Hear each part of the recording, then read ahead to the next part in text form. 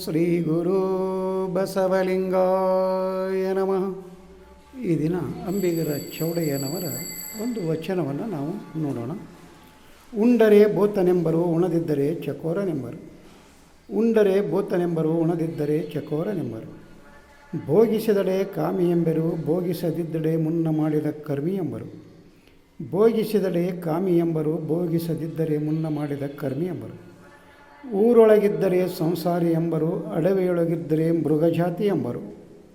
ಊರೊಳಗಿದ್ದಡೆ ಸಂಸಾರಿ ಎಂಬರು, ಅಡವೆಯೊಳಗಿದ್ದರೆ ಮೃಗಜಾತಿ ಎಂಬರು.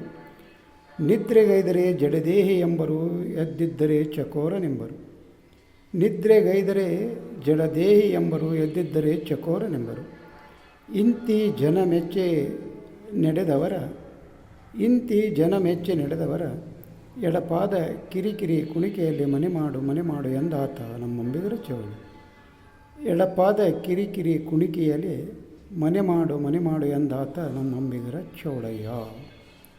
ಇಲ್ಲಿ ಅಂಬಿಗರ ಚೌಡಯ್ಯನವರು ಒಂದು ಅತಿ ಮುಖ್ಯವಾಗಿದ್ದು ಮತ್ತು ಎಲ್ಲ ಕಾಲಕ್ಕೂ, ಎಲ್ಲ ದಿನಮಾನಕ್ಕೂ, ಎಲ್ಲ ದೇಶಕ್ಕೂ, ಎಲ್ಲ ಊರಿಗೂ ಒಂದು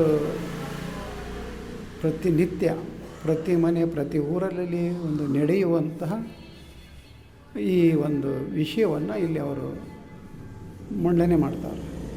ಇಲ್ಲ ಆ ಕಾಲಕ್ಕೆ ಹಂಗೆ ಜನ ಮಾತಾಡ್ತಿದ್ರು, ಈ ಕಾಲಕ್ಕಿಲ್ಲ, ಈ ಕಾಲಕ್ಕೆ ಮಾತಾಡ್ತಾರೆ, ಆ ಕಾಲಕ್ಕಿಲ್ಲ ಅನ್ನಂಗಿಲ್ಲ. ಎಲ್ಲ ಸಮಯದಲ್ಲೂ ಆ ಥರ ಜನರು ಇದ್ದೇ ಇರ್ತಾರೆ. ಹಾಗಾದರೆ ನಾವು ಹೇಗೆ ನಮ್ಮ ಜೀವನವನ್ನು ಸಂತೋಷದಿಂದ ನಾವು ಕಳಿಬೇಕು, ಅಲ್ಲಿ ಹೇಗೆ ಅಲ್ಲಿ ಜನ ಮೆಚ್ಚಿ ನಡ್ಕೊಳ್ಳೋಕ್ಕೆ ನಮ್ಗೆ ಆಗೋದಿಲ್ಲ. ಅದಕ್ಕೆ ನಮ್ಮ ಮನ ಮೆಚ್ಚುವಂತೆ ನಾವು ನಡಿಬೇಕು ಅನ್ನೋದನ್ನು ಇಲ್ಲಿ ಅಂಬಿಗರ ಚೌಡಯ್ಯನವರು ಈ ವಚನದಲ್ಲಿ ಒಂದು ಸಂದೇಶವನ್ನು ಅವರು ಕೊಡ್ತಾ ಇದ್ದಾರೆ. ಉಂಡರೆ ಭೂತನೆಂಬರು, ಉಣದಿದ್ದರೆ ಚಕೋರನೆಂಬರು. ಸಾಮಾನ್ಯವಾಗಿ ಊಟ ಮಾಡ್ತಾ ಇದ್ದ ಒಬ್ಬವನು ಒಂದು ರೊಟ್ಟಿ ತಿನ್ನೋ ಬದಲು 2 ರೊಟ್ಟಿ ತಿಂದ. 1 ಚಮಚೆ ಅನ್ನ ಉಣ್ಣೋ ಬದಲು 2 ಚಮಚೆ ಅನ್ನ ಉಂಡ. ಅಥವಾ 3 ಹೊತ್ತು ಉಣ್ಣೋ ಬದಲು 4 ಹೊತ್ತು ಉಂಡ. ಅಂದ್ರೆ ಅವಾಗೇನಂತಾರೆ, ದೇವ್ ಉಂಡಂಗೆ ಉಣ್ತಾನ ಅಂತ. ಭೂತ ಉಂಡಂಗೆ, ದೇವ್ ಉಂಡಂಗೆ ಉಣ್ತಾನ ನೋಡವ, ಎಷ್ಟು ತಿಂತಾನೆ ನೋಡವ. ಅವಾಗೇನು ಎಷ್ಟು ತಂದು ಹಾಕಿದ್ರು, ಎಷ್ಟು ಮಾಡಿ ಹಾಕಿದ್ರು ಸಾಲೋದಿಲ್ಲ, ಗಂಗಾಳ ಗಂಟಲೆ ಹೊಡಿತಾನ ಅಂಥೇಳಿ ಎಲ್ಲ ಸಾಮಾನ್ಯವಾಗಿ ಎಲ್ಲ ಜನರು ಒಂದು ಮಾತಾಡೋವಂಥ ಒಂದು ಇದು ಪ್ರಕ್ರಿಯೆ ಇದು. ಎಷ್ಟು ತಿಂದ್ರೂ ಹೆಂಗೆ ತಿಂದ್ಬಿಡ್ತಾನೋ ನಾವು, ಅದು ಹೆಂಗೆ ಕರಗಿಸ್ತಾನ ಏನು ನೋಡೋಕೆ ಹಿಂಗದಾನ ಅಂತ ಹೇಳಿ ಅಲ್ಲಿ ಉಂಡರಿ ಏನಂತಾರೆ, ಭೂತ ಅಥವಾ ದೆವ್ವ ಅಂತಾರೆ. ಹಾಗೆ ಮುಂದೆ ಏನು ಹೇಳ್ತಾರೆ, ಉಣದಿದ್ದರೆ ಚಕೋರನೆಂಬರು. ಹಾಗಾದರೆ ಇನ್ನೂ ಕೆಲವು ಮಂದಿ ಊಟನ ಕಡಿಮೆ ಮಾಡ್ತಿರ್ತಾರೆ, ಅಥವಾ ದಿನಕ್ಕೆ ಒಂದೇ ಸಲ ಮಾಡ್ತಿರ್ತಾರೆ, ಸ್ವಲ್ಪ ಊಟ ಮಾಡ್ತಿರ್ತಾರೆ. ಹಾಗೆ ಉಣದೇ ಹೋದರೆ ಏನಂತಾರೆ, ಚಕೋರ, ಗಾಳಿಗೆ ಬದುಕ್ಯಾನ ಕಾಣಿಸುತ್ತವ, ಊಟನ ಮಾಡೋದಿಲ್ಲ, ಗಾಳಿ ಕುಡಿದು ಜೀವಿಸ್ತಾನ ಕಾಣಿಸ್ತತಿ ಅಂತ ಹೇಳಿ ಹೇಳ್ತಾರೆ. ಹಾಗೆ ಮುಂದೆ ಹೇಳ್ತಾರೆ, ಭೋಗಿಸದರೆ ಕಾಮಿ ಎಂಬರು, ಭೋಗಿಸದಿದ್ದರೆ ಮುನ್ನ ಮಾಡಿದ ಕರ್ಮಿ ಎಂಬರು. ಅಂದರೆ ಭೋಗಿಸಿದರೆ ಅಂದರೆ ಇಲ್ಲಿ ಸಾಮಾನ್ಯವಾಗಿ ನಾವು ಯಾವುದೇ ಒಂದು ವಸ್ತು ಇರ್ಬೋದು, ಅಥವಾ ಹೆಣ್ಣು ಇರ್ಬೋದು, ಆಮೇಲೆ ಹೆಣ್ಣು ಗಂಡನಿರ್ಬೋದು. ಹಾಗೆ ಅಲ್ಲಿ ಒಂದು ವಿವಾಹ ಆಗಿ ಅಲ್ಲಿ ಆತ ಒಂದು ಸಂಸಾರವನ್ನು ಮಾಡ್ತಾ ಇದ್ದ ಅಂದರೆ ಅವ ಕಾಮಿಯವ ಅಂತಾರೆ. ಒಂದು ವೇಳೆ ಹೆಚ್ಚಿಗೆ ಒಂದು ವಸ್ತುಗಳ ಮೇಲೆ, ಒಂದು ಒಡವೆ ಮೇಲೆ, ಒಂದು ಬಟ್ಟೆ ಬರೆ ಮೇಲೆ, ಒಂದು ಆಸ್ತಿ ಮೇಲೆ ಆತನಿಗೆ ಒಂದು ಆಸಕ್ತಿ ಇತ್ತು ಅಂದರೆ ಅದನ್ನೆಲ್ಲ ಭೋಗಿಸ್ತಾ ಇದ್ದ ಅಂದರೆ ಆತನಿಗೆ ಏನು ಮಾಡ್ತಾರೆ ಅಂದರೆ ಅವ ಕಾಮಿ ಅದಾನ, ಅವನು ಆಸೆ ಬುರುಕದಾನ ಅಂತ ಹೇಳ್ತಿರ್ತಾರೆ. ಹಾಗೆ ಕಾಮಿ ಅದಾನ ಅವನು ಅಂತಾರೆ. ಅದೇ ರೀತಿ ಮುಂದೆ ಅವರು ಏನು ಹೇಳ್ತಾರೆ, ಭೋಗಿಸದಿದ್ದಡೆ ಮುನ್ನ ಮಾಡಿದ ಕರ್ಮಿ ಎಂಬರು. ಇಲ್ಲಿ ಸಾಮಾನ್ಯವಾಗಿ ನನಗೇನು ಬೇಡಪ್ಪ ಅಂತೇಳಿ ಒಂದು ನಿರ್ಲಿಪ್ತ ಜೀವನವನ್ನು ಕಳೀತಾ ಇದ್ದ, ನನಗೆ ಹೆಂಡತಿ ಬೇಡ ಅಂತ ಮದುವೆ ಮಾಡ್ಕೊಳ್ಳದೇ ಇರ್ಬೋದು, ಮತ್ತು ಇತರೆ ವಸ್ತು ಒಡವೆಗಳನ್ನು ಧರಿಸದೇ ಇರ್ಬೋದು, ಮತ್ತು ಮನೆ ಮಾರುಗಳನ್ನು ಹೊಂದದೇ ಇರ್ಬೋದು. ಅಂಥವ ಇದ್ದ ಅಂದ್ರೆ ಅವಾಗೇನು ಮಾಡ್ತಾರೆ ಅಂದ್ರೆ ಇಲ್ಲ ಕರ್ಮಗೇಡ್ಯವ ಅಂದ್ಬಿಡ್ತಾರೆ. ಅವ ಮುಂದೆ ಮಾಡಿದ್ದ ಕರ್ಮನ ಅದಕ್ಕೆ ಅವಾಗೇನು ಉಣಿಸ್ಕೊಡುವಲ್ದು ಅದು. ಅದಕ್ಕೆ ಅವೇನಂತಾರೆ ಅವರು ಅವಾಗೇನಾದರೂ ಅನುಭವಿಸ್ಬೇಕಾಗಿತ್ತು ಅಂದ್ರೆ ಒಂದು ಪುಣ್ಯ ಬೇಕು. ಅವೇನು ಅನುಭವಿಸೋದಿಲ್ಲ, ಅದು ಇದ್ದು ಅನುಭವಿಸೋದಿಲ್ಲ ಅಂದಾಗ ಅವ ಒಬ್ಬ ಕರ್ಮಿ ಅಂತ ಹೇಳಿಬಿಡ್ತಾರೆ. ಹಾಗೆ ಮುಂದೆ ಹೇಳ್ತಾರೆ ಅವರು, ಊರೊಳಗಿದ್ದರೆ ಸಂಸಾರಿ ಎಂಬರು, ಅಡವಿಯೊಳಗಿದ್ದರೆ ಮೃಗ ಜಾತಿ ಎಂಬರು. ಒಂದು ಊರೊಳಗೆ ಏನಾದರೂ ಒಂದು ಮನೆ ಕಟ್ಕೊಂಡು ಒಂದು ಚೆಂದಾಗಿ ಒಂದು ವ್ಯವಸ್ಥೆ ಮಾಡಿಕೊಂಡು ಮನೆಯೊಳಗೆ ವಾಸ ಆಗಿದ್ದ ಅಂದ್ರೆ ಆತನಿಗೇನಂತಾರೆ ಸಂಸಾರಿ ಅಂತ ಹೇಳಿ ಕರೀತಾರೆ.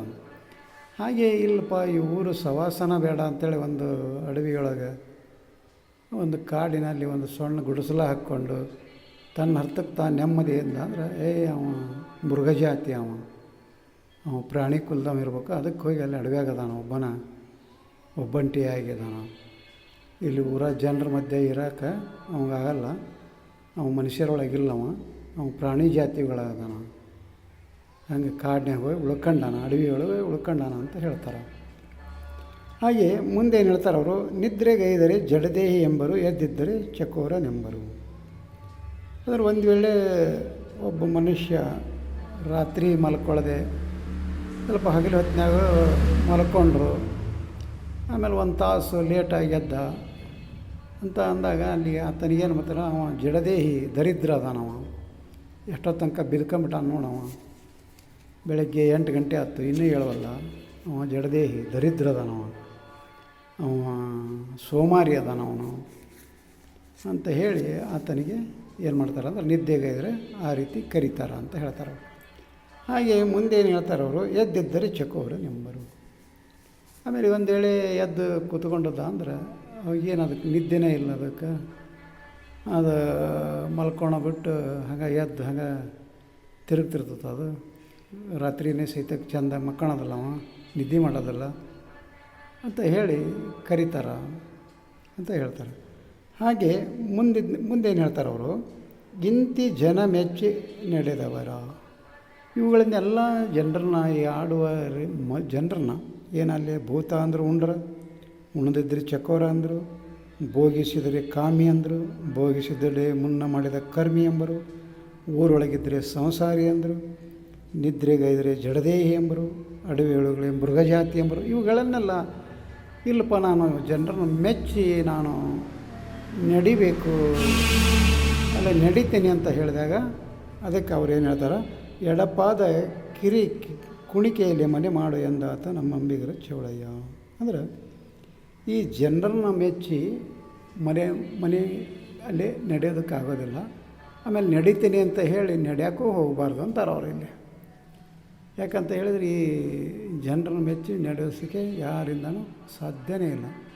ಆದರೆ ತನ್ನ ಒಂದು ಮನ ಮೆಚ್ಚಿ ಎಷ್ಟು ಊಟ ಮಾಡಬೇಕು, ಎಷ್ಟು ನಿದ್ದೆ ಮಾಡಬೇಕು, ಯಾವ ರೀತಿ ಭೋಗಿಸ್ಬೇಕು, ಇವುಗಳನ್ನೆಲ್ಲ ನಾವು ನಮಗಾಗಿ ದೇವರು ಸ್ವಲ್ಪ ಜ್ಞಾನವನ್ನು ಕೊಟ್ಟಿರ್ತಾನೆ. ಆ ಜ್ಞಾನದಿಂದ ನಾವು ಈ ಜನರನ್ನ ಮೆಚ್ಚಿಸೋಕ್ಕೋಸ್ಕರ ನಾವು ಬದುಕೋ ಬದಲಿ ನಮಗೋಸ್ಕರ ನಾವು ನೆಮ್ಮದಿಯಿಂದ ತೃಪ್ತಿಯಿಂದ ಸಂತೃಪ್ತಿಯಿಂದ ನಾವು ನಮ್ಮ ಜೀವನವನ್ನು ನಾವು ಕಳಿಬೇಕು, ಸಂತೋಷದಿಂದ ನಾವು ಇರಬೇಕು. ಮತ್ತೊಬ್ಬರಿಗಾಗಿ ನಾವು ಸಂತೋಷವಾಗಿರೋದಲ್ಲ, ನಮ್ಮ ಸಲುವಾಗಿ ನಾವು ಸಂತೋಷದಿಂದ ಇರಬೇಕು. ಇಂಥವೆಲ್ಲ ಒಂದು ಜ್ಞಾನ ನಮಗೆ ಬರಬೇಕು ಅಂತ ಕೇಳಿದಾಗ ನಾವು ಮತ್ತೆ ಅಲ್ಲಿ ಏನು ಮಾಡಬೇಕಂದ್ರೆ ವಚನಗಳನ್ನು ಓದಬೇಕಾಗ್ತದೆ.